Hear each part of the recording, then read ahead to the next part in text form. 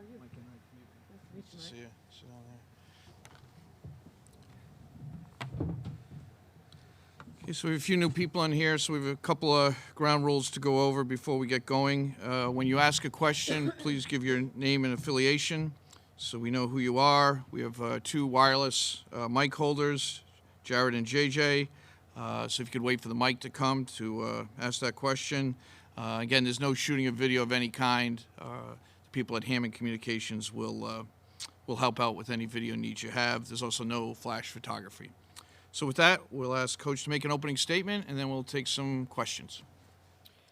Well, first of all, we're tremendously excited to be back in the Sweet 16 again. It was a great experience for our team last year, a learning experience and a humbling experience, and a motivating experience. And I think that this entire year has been built on trying to get back to this place again. And I think along the way, I'm not sure I expected our team to be this competitive this year. I knew we would be good. I wasn't sure how good we would be. But some pieces have fallen into place. Our leadership has been terrific, needless to say, and our young players have really responded after their initial years last year. So I'm really pleased with where our team and our program is at, really proud and excited to be in Connecticut and play in the Sweet 16. Before we start the Q&A, we always introduce the SID at some point, so Sean Cartel is here from Texas to help whatever you need there. So if we have some questions, we'll get the mic to you. Marvin, go ahead. Marvin Chambers, Houston Sun and Women Hoop World.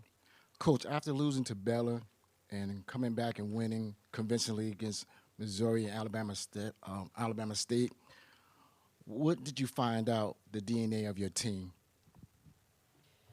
It's a great question because the losses have really told me more about our young women and our team and our staff than the wins have. Because not just that loss in the Big 12 tournament, but the losses at the end of the year, at the end of conference season in Waco, was a real telling testament to our team's character because those were disappointing losses. And I really thought the loss in Waco was the more telling of the two because I didn't know if our team wanted to try to make a run in the tournament and play them again and challenge themselves at the level that we need to be challenged at. And I told our team that before we got ready to go into the Big 12 tournament. I said, we'll see. We'll see if we want to go through the rigors of the tournament again and try to get to the championship. And they did that. So the way they reacted after the loss in the tournament didn't really surprise me because they've responded really well to, I guess, what people would perceive as failures, definitely challenges. And when you get to the level that you're trying to play for a championship, then you do get your weaknesses exposed. And we were able, in the break between the Big 12 tournament and the NCAAs, I really thought we were able to go to work on some things that we really weren't doing very well. Get a microphone to Pat here, please. Pat Eatonrod from the Associated Press. Karen, kind of along the same lines, your program has improved each and every year since you've been here. How do you take what happened last year in the Sweet 16 and use that, if you do at all, for motivation this year to get even further this year? Well, as I said, I think it was a humbling experience. It was an experience in general just because that particular group of women had not ever been in that situation before. We had not been to the Sweet 16. We had not advanced a couple of rounds. So it was all a learning experience, just going west and then turning around and a day or so later going east. Everything was learning. And I would say that the one thing that we gathered from that was the motivation all year long to try to host because we did have to go west and then go east. So I think that there was a better understanding and a better education for our players about the tournament and what all goes into being successful in the tournament. And the loss, it was definitely humbling, but it was also, this is what this looks like. And if we're trying to get to that level, these are some things that we have to do a lot better than what we were doing. And one of those was shooting the basketball. So we addressed that, I thought, a lot in the summer. and we came back this year with a better mindset as far as shooting was concerned.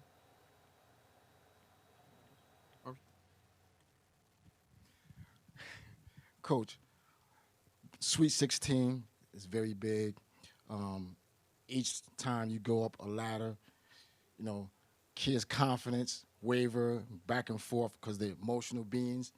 What have you done differently to keep everybody's emotion in check? Well, I think that is important to be able to handle the highs and the lows and move on to the next thing, which this team has been much more mature about. And I think maturity is the best word I can use for it. You know, this particular group of seniors started as freshmen kind of getting their heads beat in a little bit. And each year they've learned a little bit more about what it takes to compete at the highest level. And now we have 4 seniors that absolutely know the day-to-day work that it takes, and they know the pitfalls. So I think they've really helped our young kids in understanding what's next. And the one thing I can say about this team, even though we've had setbacks, they've never been afraid to come back the next day and go to work. Their preparation every day on a daily basis from day one has been very consistent, and I think that's what's enabled us to get through some of the highs and the lows. I mean, we've had some great highs, really good. Somebody's got the mic in the back. Yeah, go ahead. In the back. Go ahead. Greg Wade, Longhorn IMG Radio Network.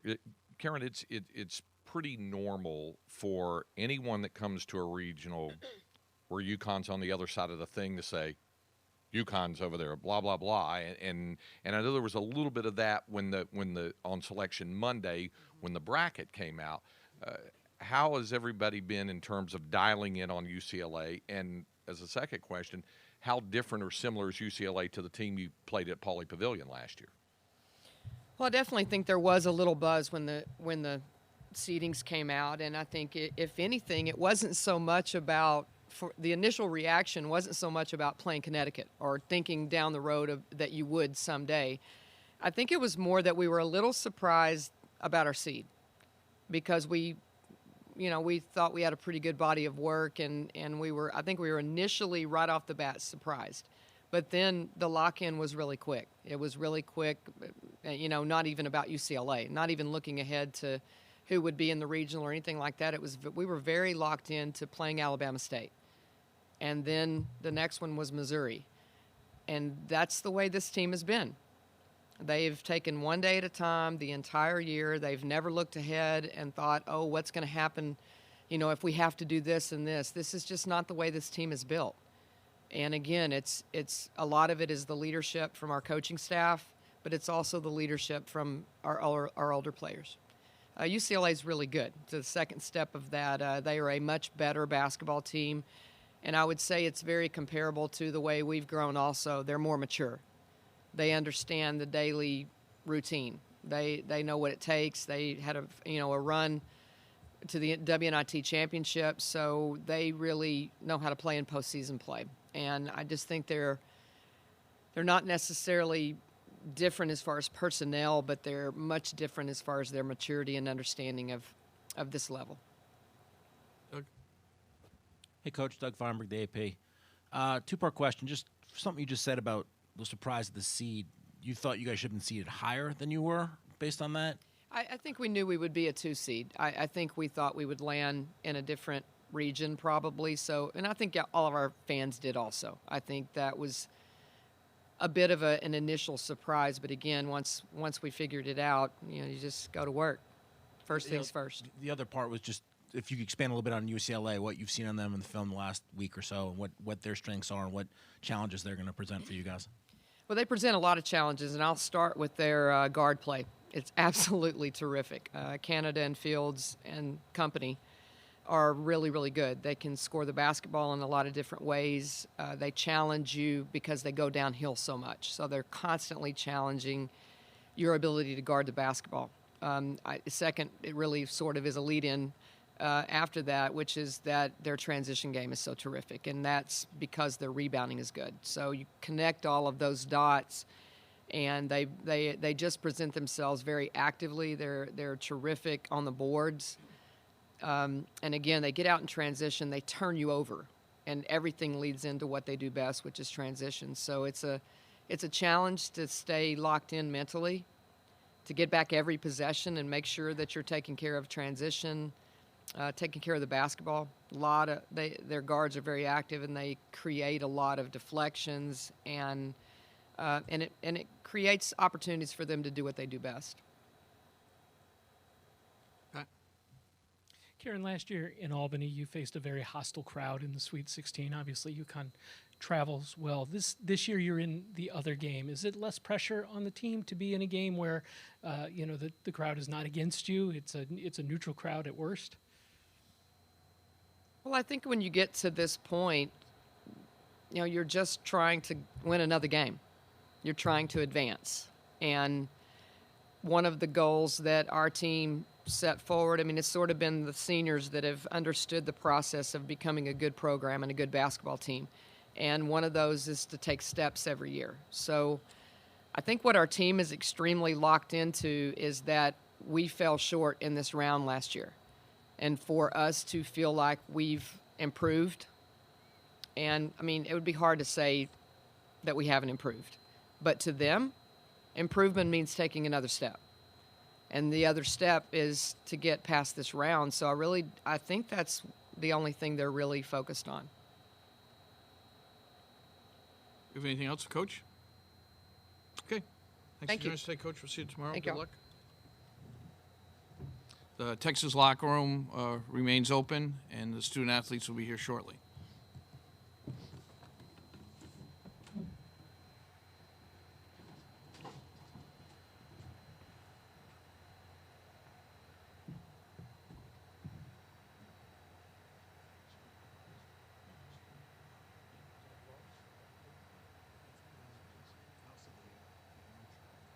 Oh, the train, yeah.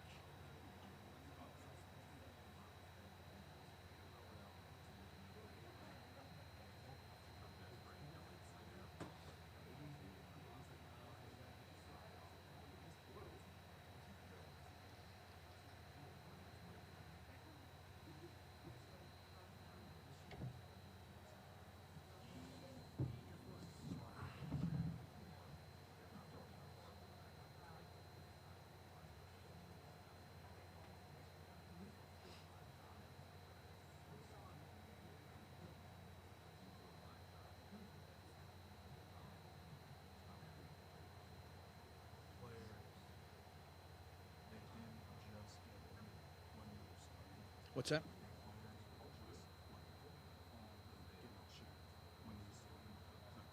Oh, that's all right. I mean, they don't start till. No, they're gone. Yeah. Yeah, we still got a few minutes. I mean, that's supposed to be at 2:25.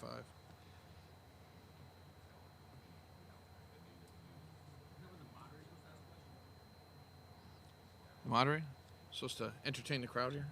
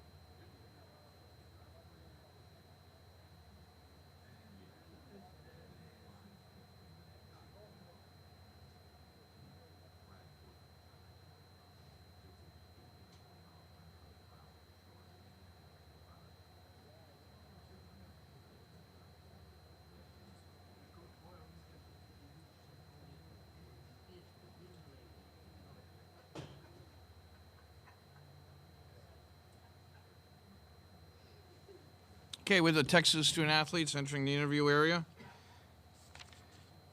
Happy to welcome to Connecticut, Selena Rodrigo, Ariel Atkins, and Amani Boyette.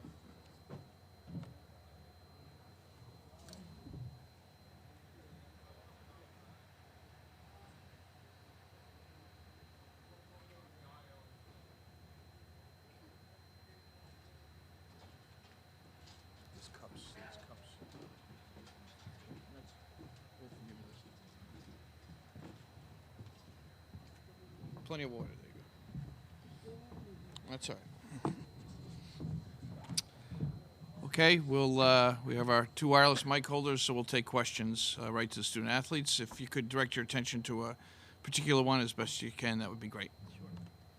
Pat Eaton-Rob from the Associated Press. Ariel and Imani, can you just talk about what the difference is this year, Sweet 16 versus last year, in this team, and what is it? Has it been your goal to get that extra step this year? I think the difference between this year's team and last year's team is one, experience. We know what it feels like to be on the stage, which is very helpful. So we've been able to bring the younger kids along without them having to feel like pressure and understanding what this means. Also, I think we have a lot more firepower this year. Everyone's kind of settled into their role. They know what they need to do. They know how that they can score from any position, and we're very balanced and have a lot of depth. Ariel, you go. I feel like we're mentally more mature. I feel like we understand each other better, and we're just ready to go out there and do what we need to do. Marvin Chambers, Houston Sun, and Women Hoops World. Amani, first and foremost, congratulations on the shot block title. Now, this week is very big. What do you think, personally for you, you have to do to keep UCLA off the boards to be successful? I think Monique Billings, she's a great rebounder. They're a great rebounding team on the offensive end as a unit. That's what I kind of take my pride in, is rebounding and playing great defense. So I just have to make sure that if I can't, I'm sure Monique's going to get her rebounds, but I can make them as hard as possible and try to make sure that I'm boxing out and doing little things. And we're just rebounding as a team, because it's not going to be one person to beat them on the boards tomorrow. They're a great rebounding team. We have to make sure that everyone's boxing out and we're all in there fighting for it. In the back. Craig Way with Longhorn IMG Radio Network. For both Selena and Amani, since you're both seniors, at what point down the road has it come to the point where you've kind of looked on the list and said there's only X number of practices left, X number of games left, X number of news conferences left, stuff like that? Are you trying to soak up the moment a little bit more? Yeah, I think we definitely want to stay in the moment. It is coming down to an end, but I think for us, the main thing is just, like I said, staying in the moment, not looking ahead, and just trying to prepare our best and hopefully keep playing as long as we can.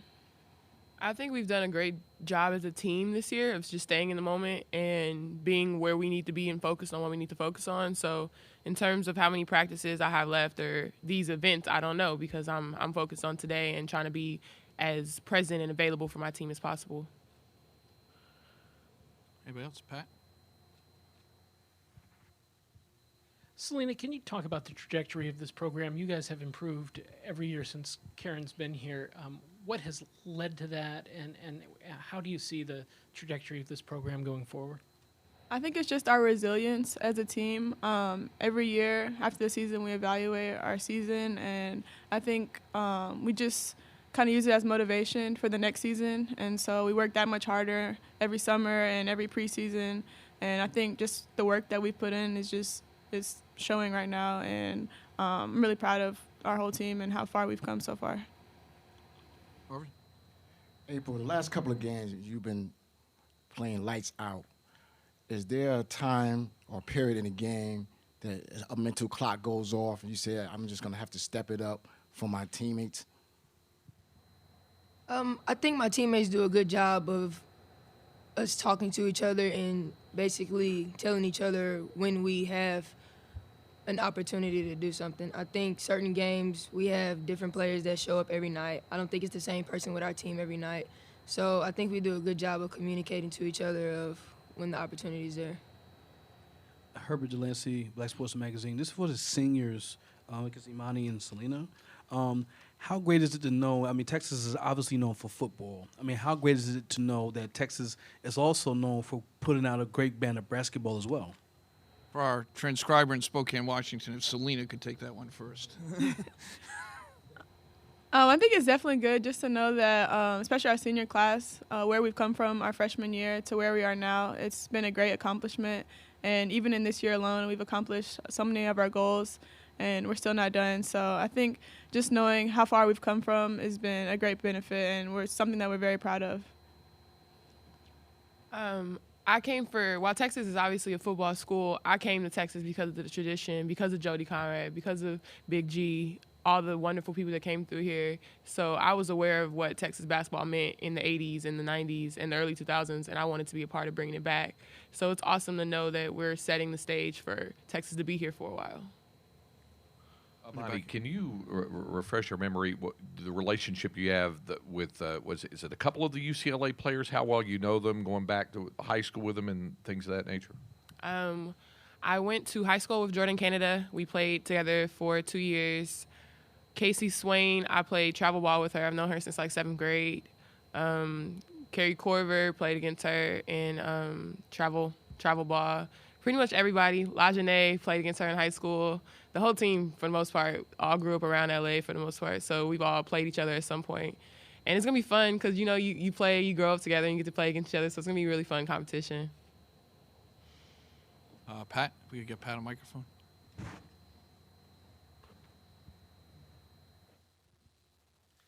Imani, last year you were in UConn's regional and had to play them in the Sweet 16. How different is it coming back east this year and having a neutral court, at least for the first game? And how much easier is it this year coming east, having had that experience last year? I think last year we had to fly to both sides of the coast because we didn't really take care of our work during the regular season. So I think this year we stayed consistent all league and tried to put ourselves in a better position to succeed, and we did that by being able to play at home. So our legs are a lot fresher from flying this far. You know, like this was our first trip as opposed to other people who had to take 2 and 3 trips to get here. And I think we just were able to focus more, kind of relax, take care of schoolwork before we came out here so we could focus on basketball. So it definitely helped that we were able to get a high seed. Marvin? Selena and Imani, both of you ladies are seniors. this is a big stage for some of the underclassmen. What are some of the things that you guys spoke to the underclassmen to keep them focused? Selena, could you take that one first, please? Yeah, I think just letting them know that, I mean, we're still playing our same kind of basketball.